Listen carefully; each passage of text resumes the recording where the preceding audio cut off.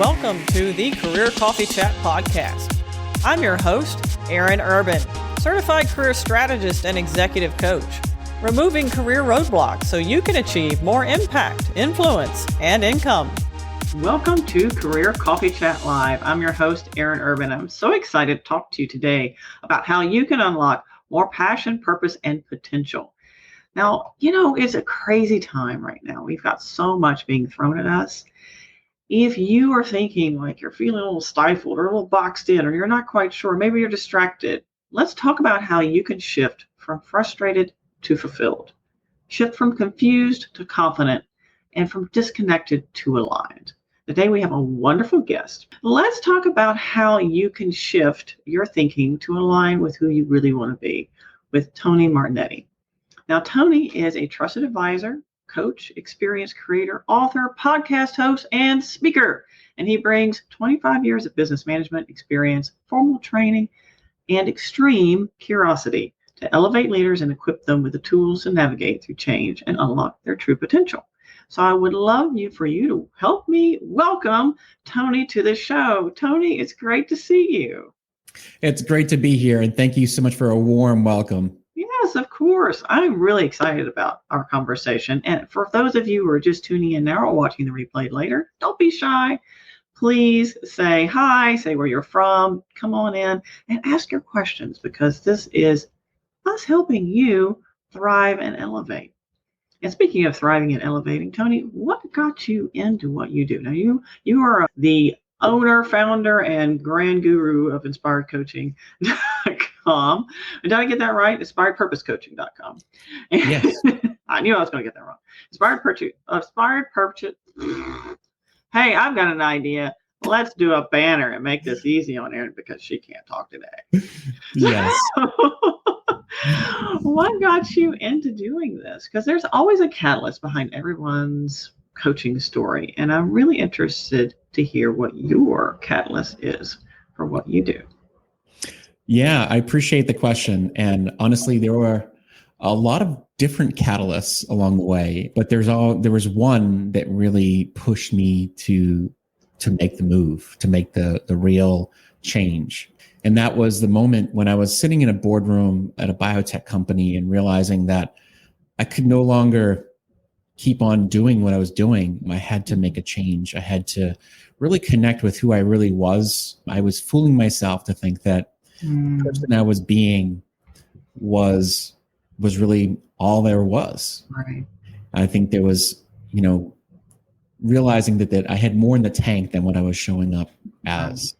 And it came in this boardroom because I realized as I was looking around and seeing leaders trying to protect their own image of being right and kind of show up as like I have the right answers. And I looked around and I saw like all these people on their cell phones and just completely checked out. And I said, we're in the business of this is a biotech company and we save lives. How can we be wasting our lives sitting in this room? Right. So I decided at that moment that I'm going to leave this room to change the room. And so I got up and I walked out and decided to do something about that situation. I didn't know what that was going to look like, to be honest with you. I don't always tell people to do this. This is not the advice I have for everyone else. If you want to start something, a business or a new endeavor, it's always smarter to start with small steps. But what I decided in that moment was to take the big leap into the unknown. And I didn't know if it was going to be coaching or what it was going to be, but I knew that it had something to do with connecting with how leaders show up in the world differently. So that was the big moment, but I will say that there were a lot of small moments that led me to that moment. Yeah. Wow. That's a really inspiring story. And Tony, it takes a lot of courage to do that. It takes a lot of courage and in knowing, I think, that there is something else. I feel like a lot of people cling to that very broken way of being because they don't know that there is something else. There's another way that they can be. There's another way they can show up and they can be aligned. They feel like, well, this is just the way it is. And it doesn't have to be. Yeah, I love that. I can't tell you how many times I've been into coaching conversations and people have said to me, that's what it is. That's just the way it is. And I say, well, what if it wasn't? What if you could change the way things are? What if things could be different? And, what would you make that look like? Right. So therein enters the world of, disrupting your life and changing your patterns. Yes, absolutely. Absolutely. For those of you either tuning in now or later, let me know, have you had a moment where you wanted to walk out? I know that I have for sure. And one day I decided it was time for me to take that door in a positive way. But there, like you said, there's a lot of moments leading up to that. And a lot of moments where I was like, can I just show up at work as my true authentic self? But what's really interesting, I tell people, for most of my young career, I was a very fixed-minded person. I'm not the person you see today. I thought that how you were was just how you are, and that's just how it is, right? We've heard all this, well, that's just the way it is. And I thought that to be a leader, you had to show up with a certain persona, probably that persona that you were interacting with in the boardroom. And it was not helping my career. It did not help me inspire trust. It did not help me align with my inner self. It did not help me voice my true brand. It did not help me voice my true message. I was misaligned. I was miserable. I love that you share this because, especially because there's an element of, really knowing that we often hold ourselves back by putting us in a box. We put ourselves by these titles and say, this is the way things are. And, I've gotten into this career. This is how I should show up. Like, for example, most of my career, I was in I worked in a finance capacity. So the thought was that I should be analytical minded. I should be thinking numbers. I'm not a people person, or I shouldn't be a people person, because that's not how finance people are wired. That's foolish. The reality is putting boxes around ourselves limits our potential. So we need to make sure that we don't limit our ideas of what is possible. Right. Boxes are convenient, sure, because they help us define people. But is that what's really helping us? No, it doesn't. Right. Are we defining or are we confining? Confining. I think by defining, sometimes we confine. And that's our own beliefs, these self-limiting beliefs that we don't even realize we're carrying. We don't. I mean, my pivot moment, which I talk about in my book, Elevate Your Career from Impact and Income, I was stuck in that box. I was a believer in the box. I was playing in the box. We had a sandbox going. I was all in the box, but I did not like the box. Yeah. I was mad every day. And it showed. I mean, you can't be frustrated every day and just think, oh, no one's going to figure this out. No, people knew I was not happy. And who wants to work with somebody who's not happy? Exactly. You may think you're faking it, but the reality is everyone can pick up on the vibe, no matter how well you think you're hiding it. That's right. Especially when you're the leader who's trying to be something that you're not. Your vibe is showing, and especially when you're under because it comes out. Yeah, it comes out. Yeah, and when we need to be our most calm, centered, and authentic self is when, if we are constantly being pulled outside of who we are, that's when the rubber band snaps back. Yeah, and it doesn't usually snap back to our most graceful, calm, and centered self. Yeah. Not usually. Usually it goes to the other side, and how, we may not be able to respond positively to a stressful or frustrating situation. And we'd like to. Yeah. And what's interesting is, if we're so attached to this false mode of being, do we even know who we are? A little water break, but let that point really settle in. But do we really know who we are? That's the first thing that I thought of when I got into coaching, was really understanding who I was. Who am I? And having that first honest conversation with myself was really important. That awareness of how I want to show up as an individual was what brought me into the deeper level of coaching that I got into. In fact, my tagline is inspiration through honest conversations. And that first conversation you have is with yourself. Yeah. And creating that awareness of, who am I really? Have I been faking my, who I'm trying to be because I define success based on what everyone else thought success is supposed to be? Mm-hmm. Mm-hmm. And maybe I'll just share a quick antidote to that story, a little deeper part of that success definition for a moment. Most of my life as a child, I was an artist. I was really praised for the work that I did as an artist, to the point where when I started to get into high school and, I was in advanced placement art, the thought was that I was going to become an architect, an artist, go to RISD, Rhode Island School of Design. And then this moment happened where some of the adults in my life said, look, you've got to think about how you're going to make a living, like how are you going to make money, how are you going to survive as an artist. So I quickly pivoted into the world of becoming a pre-med major in college. That's very different. Very different. I mean, I liked sciences, so it wasn't like completely out of left field. I did really well, but the idea is that I completely pivoted because there's this feeling of, well, success is being a doctor, being a person who is respected as a doctor. So I did that, then decided that it's not for me. And right. Yeah. And that's what led me to the next pivot in my early career, which was getting into business classes, business school. I got my undergraduate, then my master's degree, and spent most of my career in, working in the business area, finance and strategy. Mm-hmm. So that's all fine and great. But my definition of success was all based on this idea that like what people thought success looked like.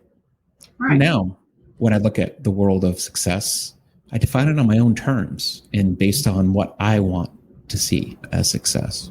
So yeah, a lot of people are afraid to do that because they're told from very, very early age by well-meaning people, oh, well, can you really make a living as a musician or an artist or whatever it is? Or it's, your mom and your dad are in STEM professions and you should be too, or what have you. But we're very rarely, so up until the age of, I would have to say about 30 years of age, most of our decisions have been significantly directed by what other people think. Absolutely. And very little investment by institutions or well-meaning advisors is in the realm of understanding with the individual, what's actually in there. And a lot of people say, well, they just don't know. They haven't grown up yet. They have no idea. Well, okay, but you're not paying attention either. Mm-hmm. Very also similar story. Artist, lauded for my artwork, creative writing, painted that. Not fantastic, but I like it. Whatever. I love it. And I went to school for architecture and design. Wow. I did. I was in a family that supported that. They understood that. They supported that. My mother's been a lifelong ceramic artist and still is, internationally renowned ceramic artist. So not that there's a lot of money in that. So I knew that, okay, what's the definition of success? Society tells me that I have to be an architect. And it's not that I didn't enjoy being an architect to a point. I didn't really enjoy the personalities I was around. And at that time, it was very much a male-driven business and still is to a great degree. And, they really wanted me to design draperies or whatever. And I did not like that. I resented that. What I was really thinking good at was project management. So I went into interior corporate design spaces and stayed there for quite some time and had a healthy, thriving career in project management and moving on, and I said, okay, well, this is boring.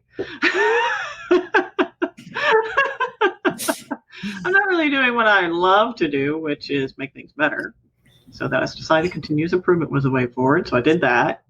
And I was really excited about that until I found out leaders just changed their mind. And all the work that we'd done got flushed down the toilet every time a leader changed their mind. because they weren't embracing what needed to happen. They weren't demonstrating, they weren't being what they wanted other people to be, right? They weren't demonstrating the behavior they wanted their teams to model. So I said, well, I'll fix this. I'll become leadership development certified. Yeah. Perfect. We would love to say that you can fix those leaders, or you really, really not leaders. They're bad bosses. And guess what? They're not looking to be fixed. Yeah.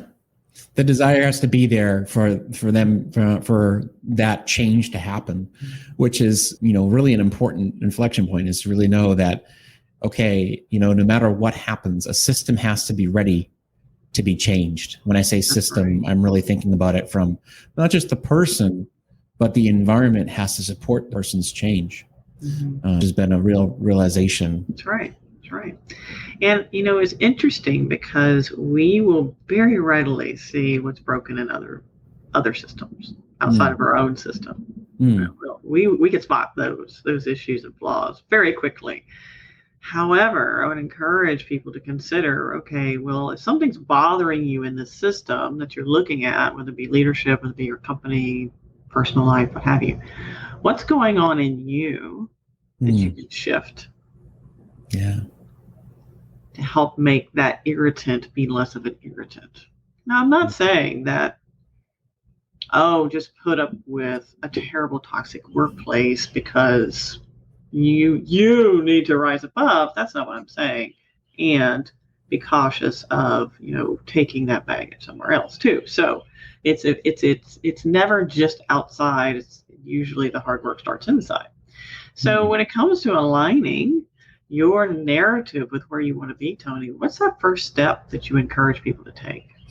Yeah. So I think I love that you said that the change starts within, because it does.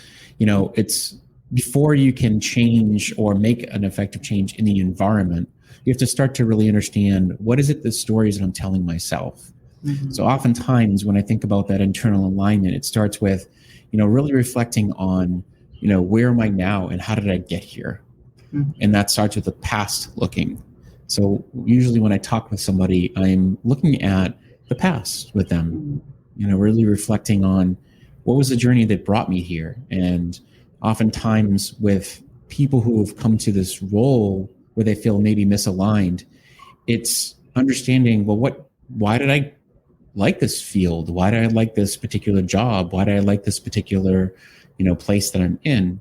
And then how did it get off? Is it just me feeling like this particular situation needs a little tweak, or do I need a complete overhaul, a redesign? So that's really why the looking back is important. And then also looking into the future. So I think of this as almost that time traveling dynamic of thinking, what do I want my future to look like? So that I can start to think about, why do I feel stuck in this environment? Is it because it's not meeting my needs of what I want my future to look like? And I feel as though I'm feeling held back. So that future vision is really important, because if you feel like you're being held back, that makes you feel as though your environment is not supporting you. Yeah. And then in the present state is where you really have to think, what is it about my environment that, now that it's awareness about who I am, who I have been, who I want to be, what is it about my current state that's not serving me? And what can I do about it? Now, that's very powerful. I ask people, when you consider where you want to go with your life and your career, what comes up for you? Yeah. Is that a supporting thought and emotion, or is that anxiety or fear or oh, well, I can't do that, I'm not qualified, what have you? What is coming up for you? And please note that if you are around an environment, because we are shaped by our environment, if you're in an unsupportive environment, that will not help fuel that future focus and supporting narrative that gets you where you want to go. It may encourage you to take side steps or second guess yourself, or maybe not empower yourself with that internal narrative that allows you to embrace what you can accomplish. Yeah. I think one of the things that is important about that is to see that it's not just about, every environment is bad, like, to support, like, you're not always saying, okay, because I'm in this situation and I don't feel good about my situation, it's because I'm in a toxic environment or my environment is not supportive. That's not always the case, although sometimes it is. Yeah, sometimes it is, sometimes not. Yeah. It might be that it's just not the environment that's supporting your next step, or you're not looking at it from the right perspective, that it's just a stepping stone to your next endeavor. And so I think that's why it's important to change that narrative that you're showing up with in that very moment. And you can't get that perspective unless you are willing to challenge your situation. Right. So Tony, tell me a little bit about, once you get the alignment, that internal alignment, what does that look like? Like, what are some of the top aha moments that you share or you get with collaborating with your clients that helps people, and those people either tuning in now or later, understand how can I shift? Like, how can I know that there is a misalignment? Because some people don't know that they are misaligned. We talk about this past, future, and present, and getting really clear on that. But what if I'm just feeling, is it a misalignment? Is it just, because I tell people this, it could be what you're doing, who you're doing it with or for, or something internal that's a roadblock, or all three. So these are all these possibilities. What do we do to suss that out? Well, I love that. So this comes back to the reason why I choose inspiration as a real core part of what I talk about. Inspiration is important to me. And so one of the things that I have people do is really look at their calendar. That's the first thing that you can do to find out whether or not you're in a place of missing something in your life, maybe not feeling fulfilled. Look at your week ahead and say to yourself, gosh, is there anything in the week ahead that I'm looking forward to, that I'm excited about? If there's something that, if you don't have a thing in your calendar in the next week ahead that has you excited, that you're not like feeling a spark of inspiration around, then you might be in a place where you're starting to be in a rut or have lost connection to the work that got you excited in the first place. And so that's a sign that you need to start maybe thinking differently about your work. And it doesn't mean a complete overhaul. It just means you got to start doing some little steps that will put you in the right place. And that could just start by looking at your calendar and saying, I'm going to do one thing next week that is for me. Work related, personal related, maybe both, that will get you feeling like you're doing something that's going to get you back excited and sparked up. Work isn't always a happy party time for everybody. There are challenges, there's no doubt about it, but you should always find a way to find that point where you feel, I'm proud of that. I'm proud and excited about these things that have happened in my life, because those are the things that make everything else worthwhile. Okay, so it sounds like really understanding what your true north is and aligning with that priority. But I encourage everyone to understand, what is that true north for you? And oftentimes it's not necessarily found in the workplace. Living and not living to work, working to live. Exactly. So when we started our conversation, you mentioned this really transformational pivot point you had, where you looked around the room and you saw people who were not being authentic, who were showing up as how they felt like they should be, and perhaps not necessarily a very beneficial environment, and as a result, totally disengaged, and probably totally disengaged from themselves and misaligned. What would you say to that room now? Yeah, I would say, first of all, wake up, because you think you're fooling everybody. You think you're fooling these people in the room and giving them a sense of motivation to the future. But in fact, what you're doing, you're demotivating them. You're giving them a sense of not really knowing the path forward, but trying to give them placating them with what you're saying.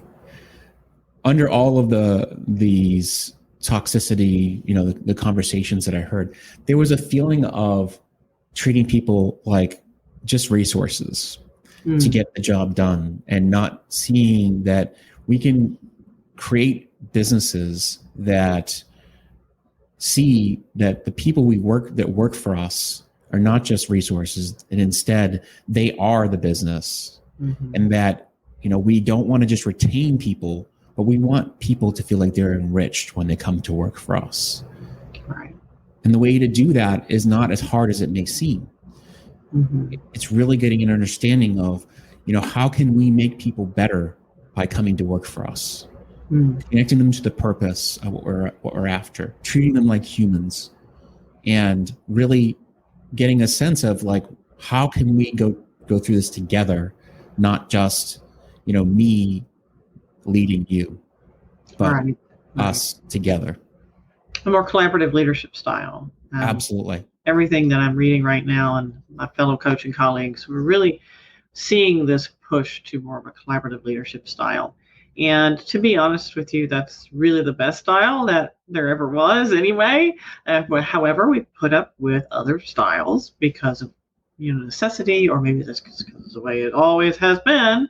And that paradigm is slowly fading, thank goodness, which makes it very awkward for people who don't know another way of being. And they're finding a huge dissonance now with the people that do work for them, that do look to them for leadership.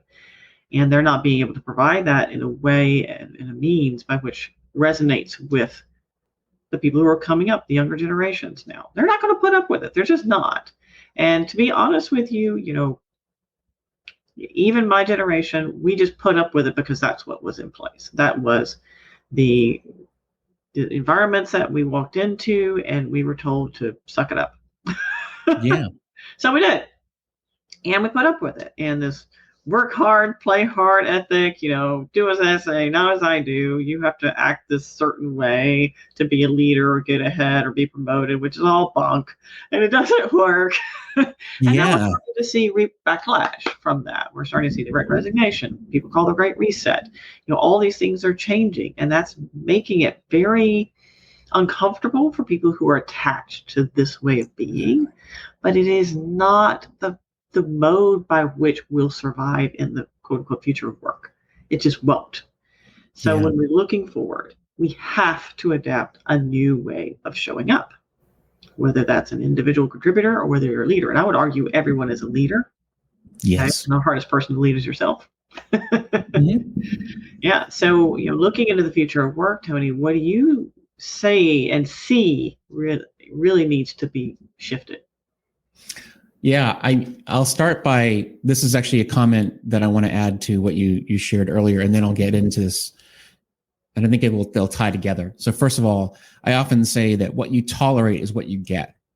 Ooh. So I think it's important. I say this a lot in my coaching conversations too, is that, be careful what you tolerate, because if you tolerate bad behavior, then people see that and then they'll follow suit. So be careful what you put out, because it's what you get back. Right. And I think that is a good segue into the future of work and how we're going to start seeing things show up. If we want to do things differently, then we have to do things differently. As leaders, as people who want a different world, we have to start thinking, what do we want to see in the world? What is the thing that we want to see? And how can we be part of that change, knowing that we can't do it alone? We have to actually help other people see what we want by sharing our own voices and helping other people to share their voices as well. So it's going to come from us collaborating more together. And I think one of the things, not to get into the, talk about Ukraine or the war, but it's been so powerful to see a lot of unity in conversations that have come up through, seeing the leadership of Zelensky and people really supporting, what he's been doing for the country. But I think it's also powerful to see that the amount of people coming together in support of certain causes. We need more of that. We need more unity. We need more people coming together and sharing voices and saying, well, we're not going to tolerate these things any longer. Right. Let's do something about it. even if it's little things, little steps lead to big movements.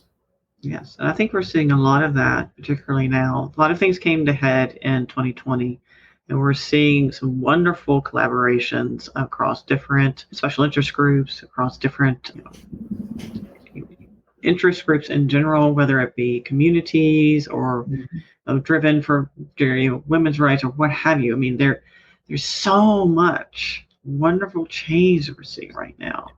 Yeah. And I tell people this, we are just at the brink of authoring a bright new future. So we're just cracking open that door.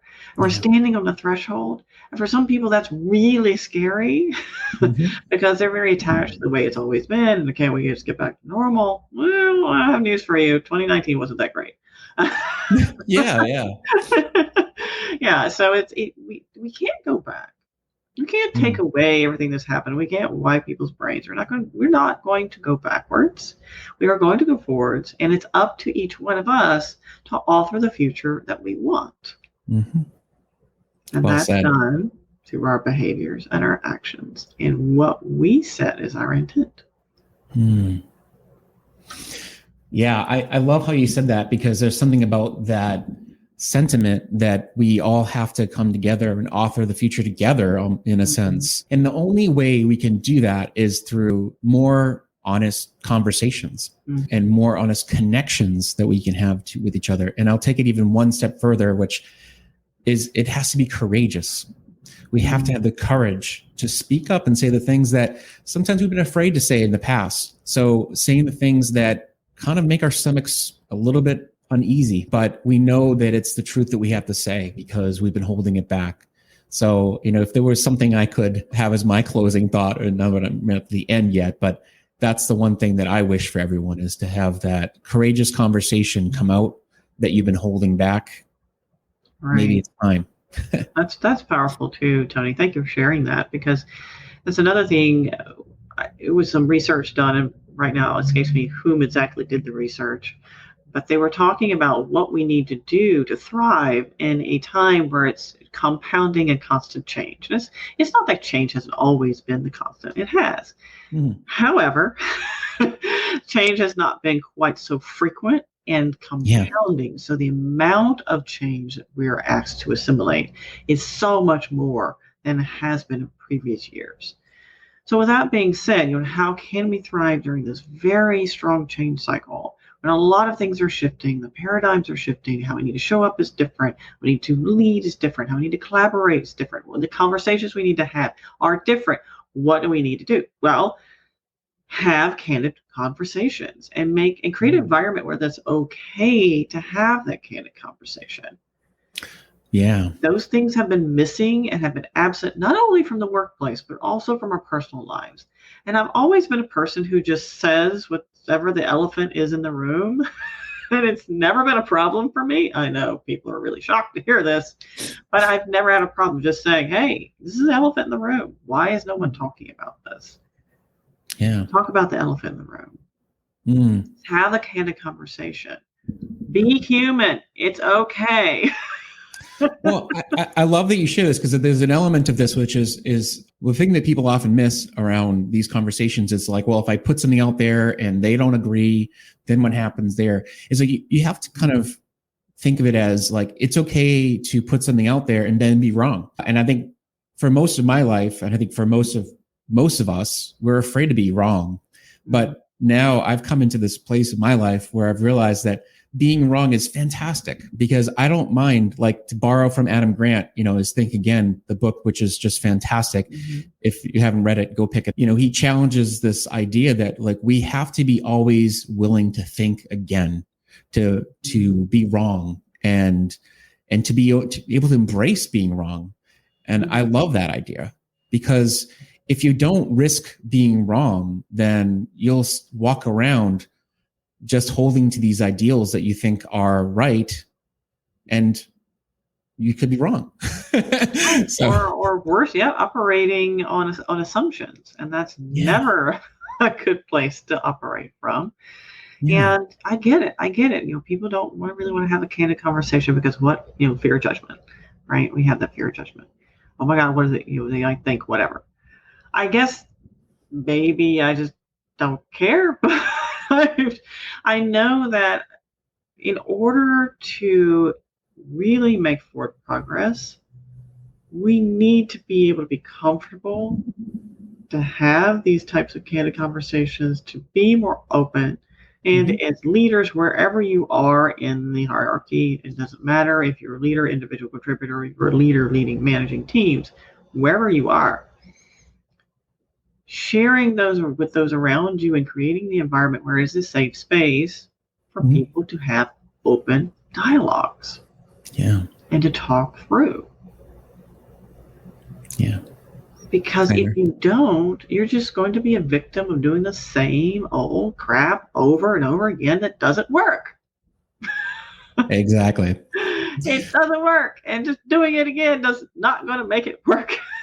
It's like the old saying, if nothing changes, nothing changes. Yeah. I mean, it's really interesting. And some people get very frustrated. They get very frustrated at leadership. They say, well, they should know better. I don't see why they make all these blah, blah, blah. Well, okay. Take time out and let's look at it holistically. Historically, there's been a lot of fear-based leadership. And because of fear of judgment, because of fear, well, if I deliver bad news up the chain, and that's going to make me look bad, and I'm going to get fired. And we've been through a lot of economic cycles where people have put, I don't want to get fired because I need to pay the bills, over let me share honest information with my leadership. Okay, let's just be honest. That's what's going on. So when that trickles up the chain, then you have all this misinformation basically, or held back, or put in such a way where I'm not going to look bad. And then all that gets up to the people who make these big decisions. And you're like, I don't understand why they make decisions. They're stupid and they're making wrong decisions. They're making wrong decisions because the information they have is wrong. Yeah. Yeah. Or that their incentives are aligned with them, making those decisions in that way. Right. Misalignment. All the metrics. You have to look at the metrics. People will live to their metrics. They will every time. So be careful. Exactly. What metrics you put out there, and be careful what environment you create. Because if you don't make it safe for people to give you bad news as a leader, you'll be making a lot of dumb decisions. Absolutely. So that's my 2 cents. That's my story, and I'm sticking with it. That's my 2 cents for the day. Well, Tony, what other inspired nuggets of information do you have to share with us before we wrap up our show today? Yeah, I'd love to share this one thing that I love sharing, especially during the pandemic. It's been a powerful exercise. I often say that when you're feeling stuck and you're feeling like, I don't know what my next move is, that the best thing to do is to expand your vision and narrow your focus. What I mean by that is that sometimes just stepping away from what you're looking at and looking at the periphery, what's beside you, what are the different things that are around you, because options are around. There's always possibilities. There's always a path forward, but you have to be able to think about it from different angles. Once you do that, then realize that if you try to execute on all those possibilities, you'll get paralyzed. You can't do it all. So you have to narrow your focus and say, what's the next step that I'm going to take? So narrowing your focus does not mean that you're saying no to everything all forever. It just means you're saying no to it right now. I'm going to try this. So narrow your focus allows you to be really intentional about that next step.